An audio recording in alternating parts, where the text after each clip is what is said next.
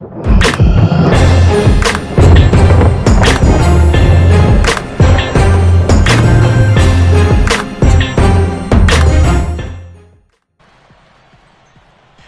Bulls fans, welcome to NBA Hell. If you don't know what NBA Hell is, I'll explain it to you, because I know what NBA Hell feels like. NBA Hell is when you have a good enough team to reach the Eastern Conference Finals, maybe even the NBA Finals, but you don't have a good enough team to win an NBA title. I know what this is all about because I'm a Pistons fan, and I was in NBA Hell from 05 on. You know, after the Pistons lost to the Spurs in 7 games in the 05 Finals, I knew they needed maybe 1 or 2 more pieces to actually get back to the Finals and actually win it. Because they weren't the same team as they were the year before when they won it, when they beat the Lakers. They needed a 3-point specialist. They needed something to come off the bench to give them a scoring option when all the starters were resting. And this is where the Bulls are at right now. I mean, if you saw the series, I mean, if you have an IQ over 1, once Derrick Rose hit the floor and grabbed his knee, you knew he was done. NBA fans have seen that time and time again when somebody, when it's not even a, when it looks so minor, when someone hits the floor and they just clutch their knee, they grab their knee, you know something bad happened. You know something bad happened to that player. And, like I said, if you have an NBA, or if you have an IQ, NBA IQ over 1, basketball IQ over 1, you knew he was done for the series. So Bulls fans finally got a taste of what it was like to not have Derrick Rose in the playoffs. And one thing I had a problem with Bulls fans, and I'm from Chicago, and I listen to sports talk radio pretty much all day while I'm at work. And listening to Bulls fans talk and hearing them have so much emphasis on regular season baffles me. Just because of the fact that, I would think that most of them lived through the Jordan years and the 6 championships that they won. That all throughout those years, you would never think they would put so much emphasis on the regular season. They wouldn't care about the regular season. If you're a good team, if you're a Miami Heat fan, if you're even a Bulls fan or a Thunder fan or a Spurs fan, you don't give a shit about the regular season. Because number one, you're going to be a 1 seed, a 2 seed, maybe even a 3 seed. You already know you're going to be in the playoffs. You already know you're going to be one of the top seeds. But this year, for some odd reason, even last year, Bulls fans put so much emphasis on the regular season. To a good team, the regular season has no meaning, pretty much. You're just waiting for it to play out so the playoffs can start. There's no such thing as statement games. There's no such thing as playoff implications. There's no such thing as a finals preview in the regular season for any good team. There's just not. ABC, ESPN, TNT, NBA TV, they try to pump up these games and they try to have them, have some type of meaning when they really don't. They need to make their money. They need to, try to make it as big as possible so people will watch. I get that. That's part of entertainment. That's part of the sports, genre, and they have to do that. I get that. But for fans to actually go that route as well, to put so much emphasis on regular season, is just crazy to me. Living throughout my life and watching the Pistons play and going throughout all their playoff years and watching all the good teams play for the Pistons during their heyday, and the bad boy years, and then even the early 2000s.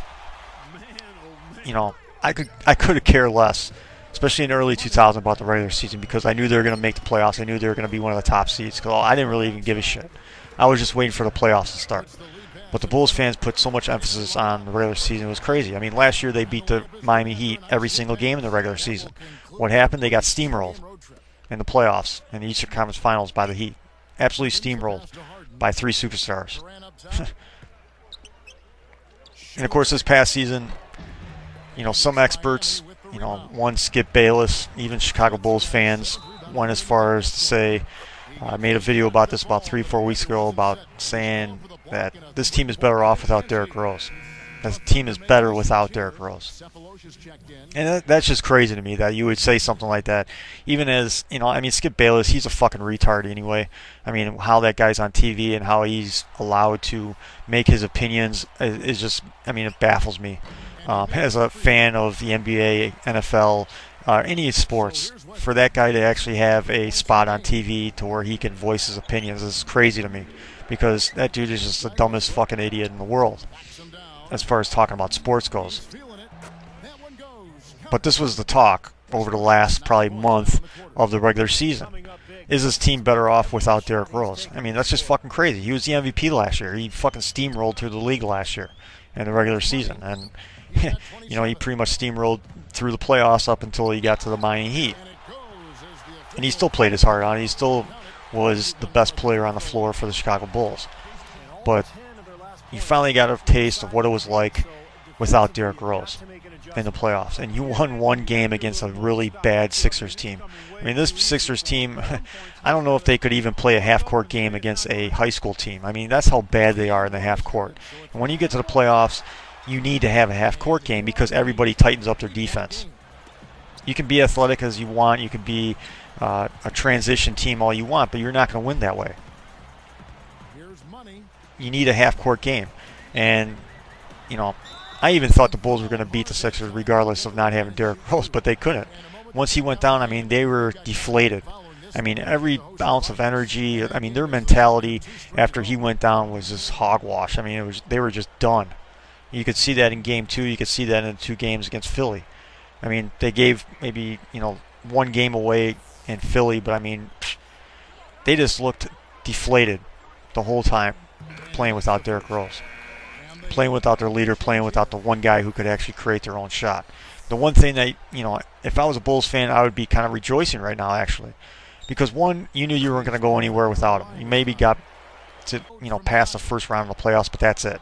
Once you're going to play, Boston Celtics, you're probably going to get steamrolled in 4 games anyway. So it didn't really matter. After he went down, the season was done. But I would be rejoicing because hopefully that Garpax was actually watching the series and finally realized, hey, we need a second option on this team because Luol Deng is not a second option. He can't create his own shot. He's a pass and shoot guy. That's it.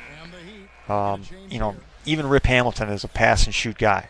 He can create his own shot at times, but he can't do it all the time. Dane is not that person either. With Derrick Rose on the floor, maybe he is a second option, but without him, he's not a second option. You can't depend on him.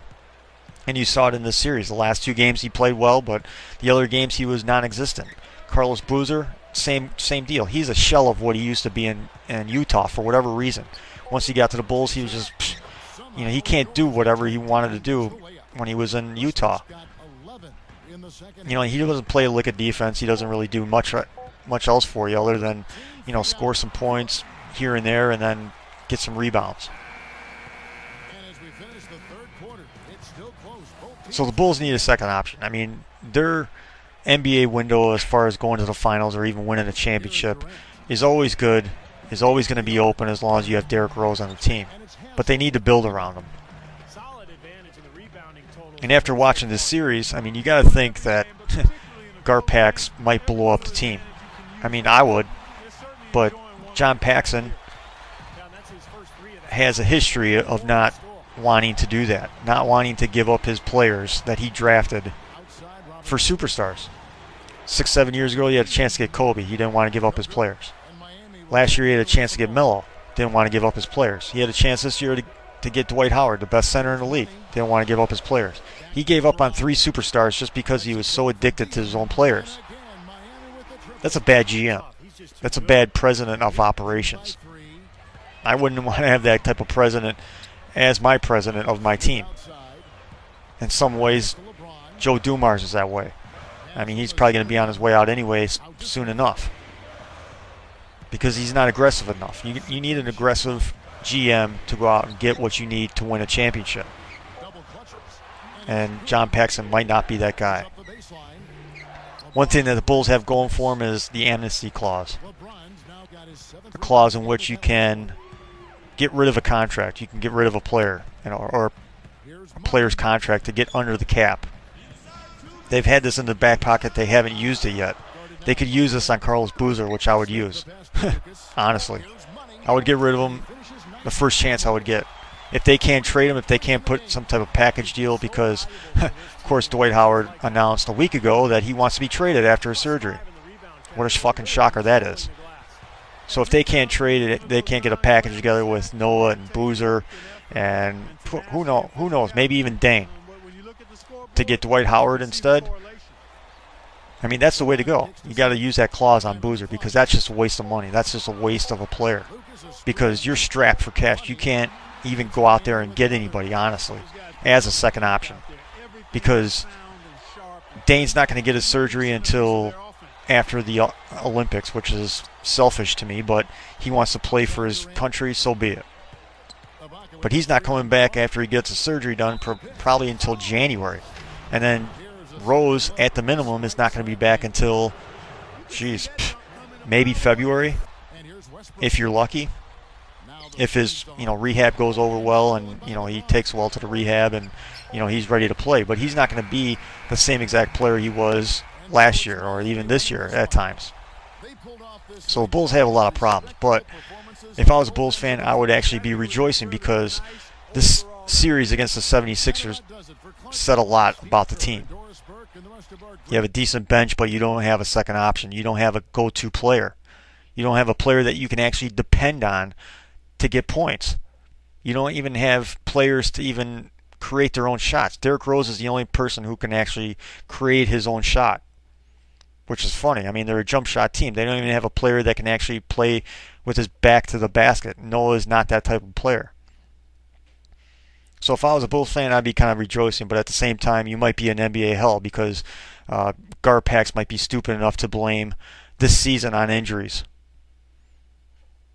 But, who knows? They might be as stupid as Skip Bayless, but I'm sure, tomorrow on First and 10 or whatever show he's fucking on, because I don't watch that piece of shit, he's going to have his foot so far up his mouth he can't even talk anymore.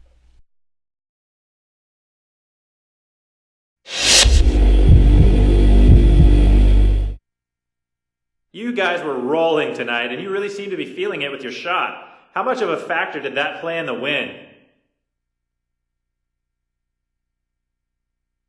Man, there's nothing like that feeling when you're hot and you know it. You just want to keep shooting the ball and you feel like you're going to make it no matter what.